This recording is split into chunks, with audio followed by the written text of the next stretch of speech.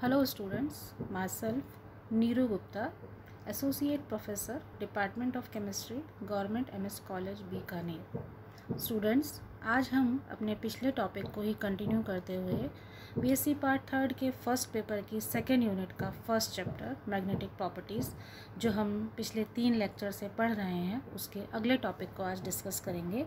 और हमारा आज का टॉपिक है फेरोमैग्नेटिज्म एंड एंटी फेरोमैग्नेटिज्म, अर्थात लौह चुंबकत्व और विपरीत लौह चुंबकत्व।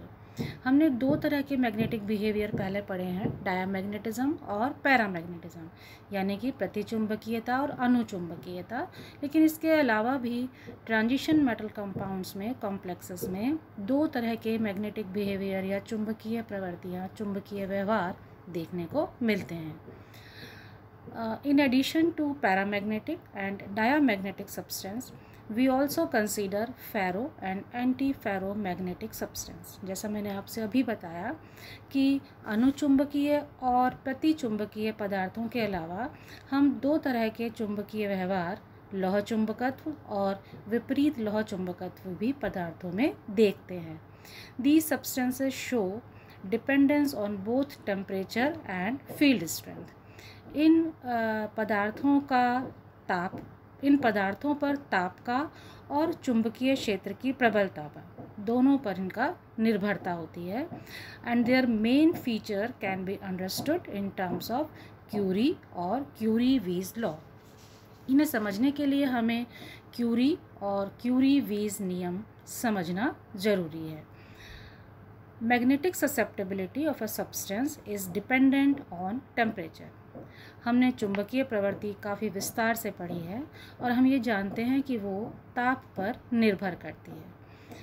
Pierre Curie showed that paramagnetic susceptibility vary inversely with temperature and follow the behaviour as shown by the following equation.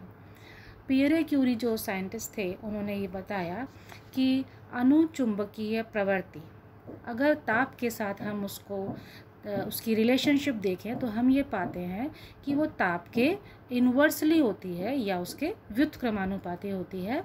और उसके लिए हमारे पास जो पियरे क्यूरी ने एक इक्वेशन दी, उस इक्वेशन को हम किस तरह से लिखते हैं, chi M equals to C upon T, या अगर हम इसे एब्सोल्यूट टेम्परेचर की टर्म्स में लिखें तो T is equal to C upon chi M.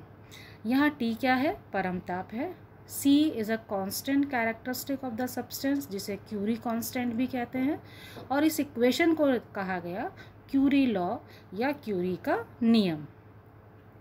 Thus, if we plot chi m against absolute temperature, a parabolic curve is obtained. And if we plot reciprocal of chi m, that is 1 upon chi m, at different temperatures against absolute temperature, a straight line with slope c is obtained. This curve should pass through the origin. Curie के नियम के अनुसार यदि चुंबकीय प्रवृत्ति को परम ताप के साथ प्लॉट किया जाए या उसका ग्राफ खींचा जाए तो हमें एक पैराबोला या एक कर्व मिलता है।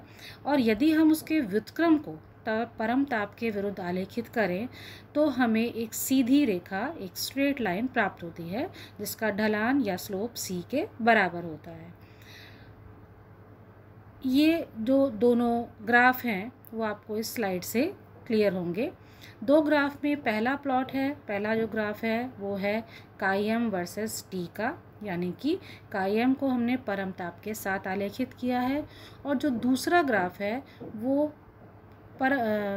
ससेप्टिबिलिटी या चुंबकीय प्रवृत्ति के व्युत्क्रम का है ताप के अगेंस्ट। इन दोनों में देख रहे हैं, एक में हमें एक पैराबोला मिल रहा है और एक में हमें स्ट्रेट लाइन मिलती है या एक सीधी रेखा प्राप्त होती है। लेकिन जो पदार्थ क्यूरी के नियम का पालन नहीं करते, उनके वक्र की जो सीधी रेखा होती है वो मूल से या ओरिजिन से नहीं गुजरती, बल्कि टी एक्सिस को 0 डिग्री केल्विन से ऊपर अथवा नीचे से काटती है। और ऐसे पदार्थों पर क्यूरी लॉ लागू नहीं होता, बल्कि क्यूरी-वीज नियम लागू होता है। देयरफॉर हम ये कह सकते हैं कि it is observed that in many cases the line does not pass through the origin line. जैसे हमने अभी कहा कि बहुत सारे केसेस में ये देखने को मिलता है कि ये जो सीधी रेखा है वो मूल को नहीं काटती। It cuts the temperature axis either below और अबव 0 डिग्री केल्विन। और यहाँ हम क्यूरी के लॉ को थोड़ा सा मॉडिफाई करते हैं और इसको हम किस तरह से लिख सकते हैं, chi M equals to C upon T minus theta. Here theta is the temperature at which line cuts the T axis. यहाँ थीटा क्या है, वो ताप है जिस पर लाइन टी एक्सिस को काटेगी। This modified equation is called Curie-Weiss law and theta is known as Weiss constant। यहाँ थीटा Weiss constant है और इस इक्वेशन को कहते हैं Curie-Weiss नियम। The Weiss constant takes into account the intermolecular interaction। ये जो Weiss का स्थिरांक है ये अंतराण्विक अंतरक्रिया से प्राप्त होता है। और अब इक्वेशन का जो एक नया रूप हमें मिलता है जिससे हम मैग्नेटिक मोमेंट या चुंबकीय आघूर्ण कैलकुलेट कर सकते हैं, वो क्या है, mu equals to 2.828 root chi M T minus theta. ये एक छोटा सा इसका डायग्रामेटिकल एक चित्र है जिसमें क्यूरी और क्यूरी-वीज लॉ हम दोनों को देखते हैं। इसमें आप देखिए नियम chi M equals to Curie Weiss law जो है वो है C upon T minus theta. और ये हमें कब मिला है, जब हमने मैग्नेटिक ससेप्टेबिलिटी या चुंबकीय प्रवृत्ति के व्युत्क्रम को टी के सापेक्ष आलेखित किया है। यहाँ जो लाल लाइन देख रहे हैं आप, रेड लाइन जो है वो तो ओरिजिन को काट रही है, लेकिन इसके अलावा हमारे पास दो और रेखाएं हैं टी अक्ष पर। एक नीले रंग से हमने प्रस्तुत की है और दूसरी हमारे पास हरे रंग की है। जो हरे रंग की लाइन है वो एंटी फेरोमैग्नेटिक यौगिकों के लिए होती है या विपरीत फेरोमैग्नेटिक कंपाउंड्स के लिए होती है और ये जो क्यूरी-वीज नियम का पालन करते हैं। तथा जो नीली लाइन है वो फेरोमैग्नेटिक या लौह चुंबकीय पदार्थों के लिए लाइन है जो क्यूरी-वीज नियम का पालन करते हैं। इसके अलावा हम एक चीज़ और बता सकते हैं कि यदि किसी पदार्थ के लिए थीटा का मान धनात्मक है, अर्थात वक्र रेखा 0 डिग्री केल्विन से ऊपर काट रही है, तो पदार्थ फेरोमैग्नेटिक होता है, जैसा हमने अभी कहा। और यदि यह रेखा 0 डिग्री केल्विन से नीचे काटती है तो थीटा का मान ऋणात्मक हो जाता है और ऐसे पदार्थ एंटी फेरोमैग्नेटिक या विपरीत लौह चुंबकीय होते हैं। इस एक ग्राफ में हमने इन चारों चुंबकीय प्रवृत्तियों को दिखलाया है। इसमें अलग अलग रंग से जो आप लाइंस देख रहे हैं वो 4 तरह के चुंबकीय व्यवहार को प्रदर्शित करती हैं। जो लाल रेखा है वो सिंपल अनुचुंबकीय या पैरामैग्नेटिज्म के लिए है, जब हम चुंबकीय प्रवृत्ति को ताप के अगेंस्ट प्लॉट करते हैं या उसका ग्राफ खींचते हैं। जो हल्के हरे रंग की लाइन है वो फेरोमैग्नेटिक है या जिसे हम लौह चुंबकीय कहते हैं। बीच में जो एक कर्व देख रहे हैं आप वो एंटी फेरोमैग्नेटिज्म का है और जो हल्के हरे रंग की लाइन नीचे देख रहे हैं वो डायमैग्नेटिक या प्रतिचुंबकीय पदार्थों के लिए प्राप्त होती है। तो इन चारों व्यवहारों से हम ये कंसोलिडेट या एक समरी हमें मिलती है कि चुंबकीय व्यवहार 4 तरह का होता है, अनुचुंबकीय और प्रतिचुंबकीय। तो इलेक्ट्रॉन्स के अयुग्मित होने के या उनके प्राप्ति के गुण के आधार पर समझाए जा सकते हैं, जबकि फेरोमैग्नेटिक और एंटी फेरोमैग्नेटिक यानी कि लौह चुंबकत्व और विपरीत लौह चुंबकत्व को हम चुंबकीय प्रवृत्ति की ताप के ऊपर निर्भरता के आधार पर समझा सकते हैं। The inspection of curves shows that there is some discontinuity in the curve at the temperature।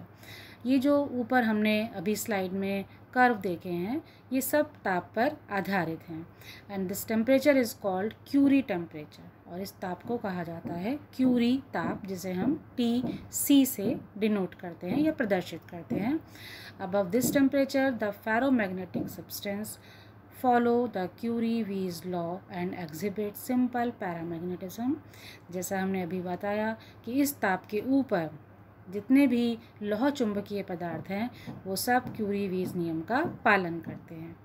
और एंटी फेरोमैग्नेटिक या विपरीत लौह चुंबकीय पदार्थ Tn जिसे हम प्रदर्शित करते हैं उसे नील टेम्परेचर कहते हैं, और इस ताप के ऊपर सभी पदार्थ विपरीत लौह चुंबकीय व्यवहार प्रदर्शित करते हैं।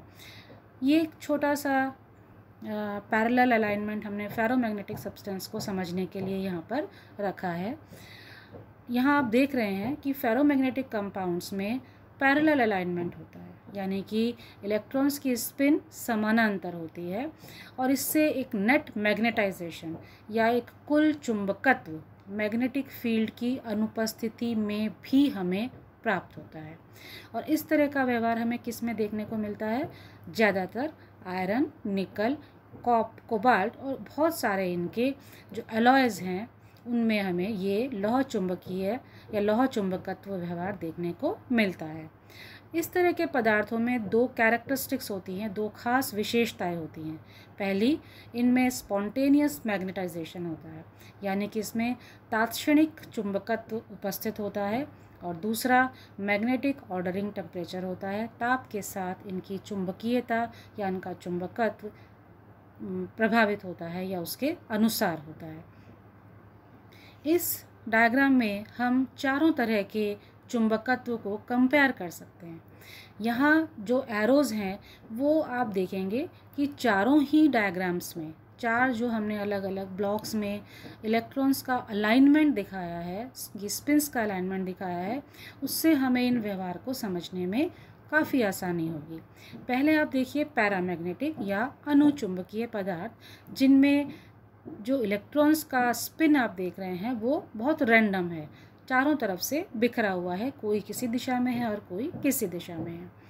इसके बराबर में हम फेरोमैग्नेटिक या लौह चुंबकीय पदार्थों में ये व्यवस्था देख रहे हैं, जिसमें आप देखिए कि सभी का जो अलाइनमेंट है, जो सभी का स्पिन है, वो एक ही दिशा में हमें दिखाई पड़ रही है, और इससे स्थायी चुंबकत्व जो प्राप्त होता है वो हम लौह चुंबकीय पदार्थों में देखते हैं, यानी कि समस्त चक्रण एक समानांतर दिशा में हमें दिखाई देते हैं। इसके बाद जो तीसरा हम फिगर देख रहे हैं एंटी फेरोमैग्नेटिक या विपरीत फेरो चुंबकत्व का, इनमें दो पड़ोसी परमाणुओं के इलेक्ट्रॉन्स का चक्रण समानांतरित होने के स्थान पर विपरीत होता जाता है, और इस तरह के क्रिस्टल्स में हम कहें तो कुल मिलाकर चुंबकीय आघूर्ण क्या हो जाएगा? शून्य हो जाएगा। जैसे हमने अभी पढ़ा कि एक निश्चित ताप पर, ये जो कि नील टेम्परेचर कहलाता है, वहाँ हमें ये एंटी फेरोमैग्नेटिक बिहेवियर या विपरीत लौह चुंबकत्व देखने को मिलता है।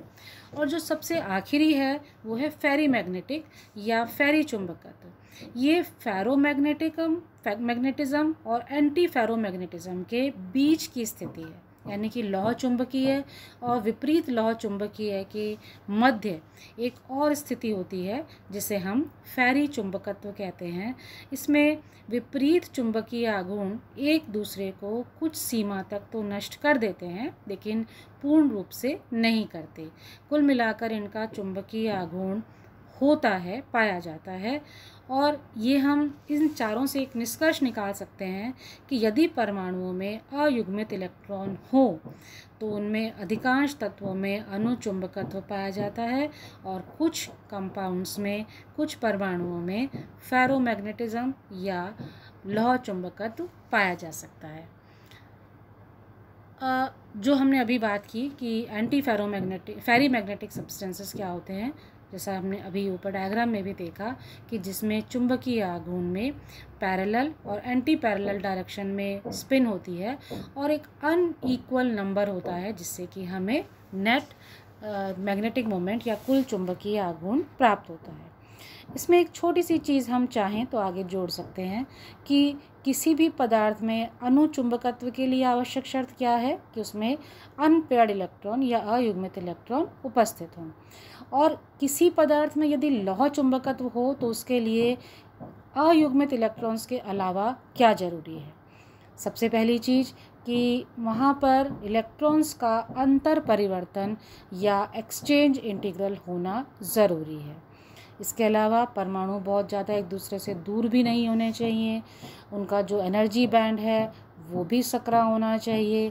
तो ये कुछ छोटी छोटी चीज़ें यदि किसी पैरामैग्नेटिक सब्सटेंस में होंगी तो वो किस में बदल जाएगा, लौह चुंबकत्व में या फेरोमैग्नेटिक कंपाउंड्स में बदल जाएगा।